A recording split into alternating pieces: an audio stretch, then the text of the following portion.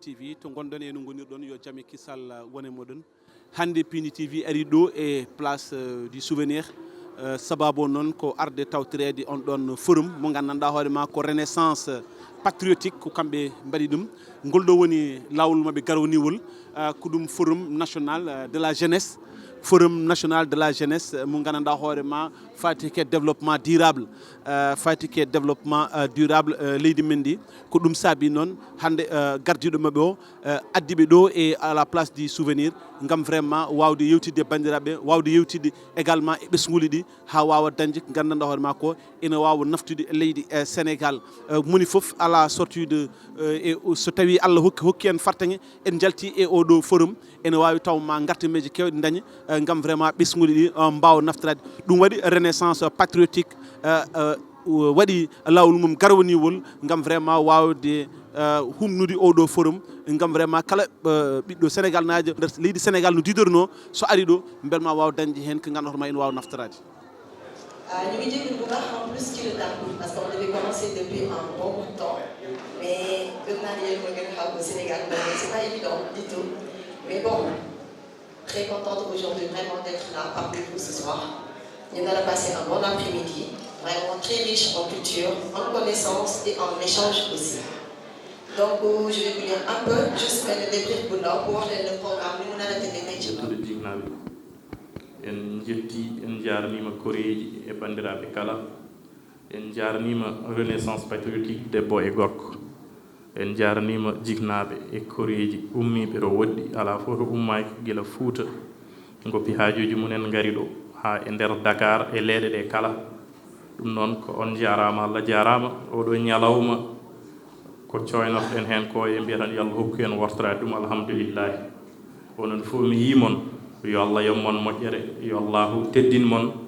kadi ala ko ummini ɗum so wona ɓamtare men ɓamtare leydi men ɗum ɗon noon moni emen kala ina jogui gueɗal ngal foti wadde ha leydi ndi ɓamto enenne ko ɗum etoɗen guetal men ngal mbaɗen ɗum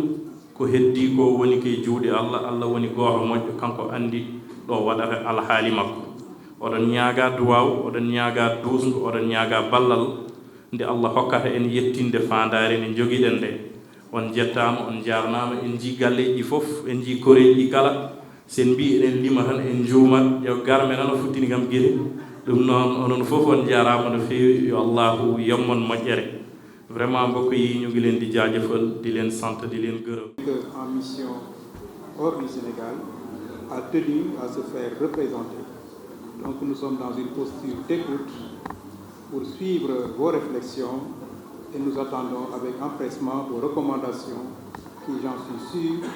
apporteront une plus-value aux politiques gouvernementales. Au nom de l'autorité donc que j'ai le privilège de représenter, en votre nom, Monsieur le Président, je déclare ouvert le Forum national de la jeunesse. eyyi caggal yettude Allah e nelaɗo mum e yettude jihnaɓe mi yetti on mi jarnima on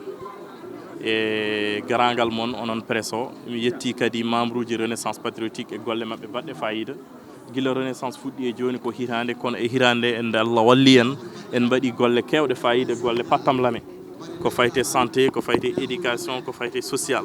ha Allah e bawɗe mum hande en dendiɗo e place souvenir wadde oɗo forum première édition forum national de la jeunesse et du développement durable mo ganduɗa ko jeunesse jeeyi ɗum mo ganduɗa ko alhaali développement mo ganduɗa haalata ko haala ndema haalata ko haala aynaɓe haalata ko haala awo haalata ko haala énergie numérique et émigration clandestine manam ɗanleɗe ganduɗen ɗe hande noon en subako en dendiniɗo haralleɓe mbaɗi formé sukaɓeɓe holno mbaɗirta CV ji holno mbaɗirta lettre motivation ngaji munen pour mbawa dañde no mbawi ƴewroyde golle par ce que golle ne goota saaha taw jomum heblaka holno hebrata golle ɗe minenne min ƴeewi alhaali golle wona laamu tan ko yimɓe fof poti ɗum rendude hande ɗum ne jeeya eko rendinen ɗo e ballal Allah